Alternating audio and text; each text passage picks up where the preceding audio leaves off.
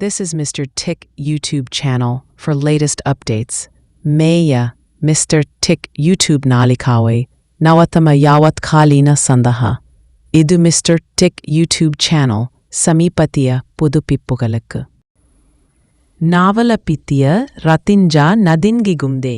හිටපු ඇමති මහින්දානන්ද අලුත්කමගේ වසර 20කට සිරගත කරවීමේ ආරංචියත් සමග ඔහු නියෝජනය කළ නාවලපිටිය ප්‍රදේශයෙන් රතින්ජානාද් ඇසෙන්නට පටන්ගෙන ඇතෙයි මහින්ද රාජපක්ෂවාදියෙකු ලෙස ක්‍රියා කළ මහින්දානන්ද අලුත්කමගේ.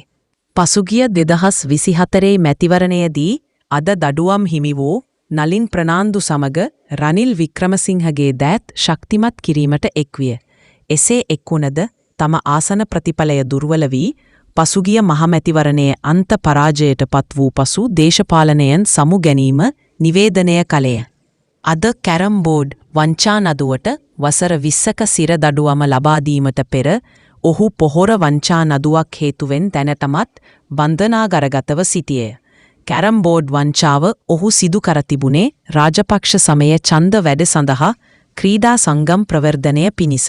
කෙසේ වෙතත් මෙම නඩු වරින් වර ඉදිරියට ඇඩුනේ ප්‍රමාණවත් සාක්ෂි නැතෙයි කියමින් අධිකරණය කල් තැබූ නිසාවෙනි.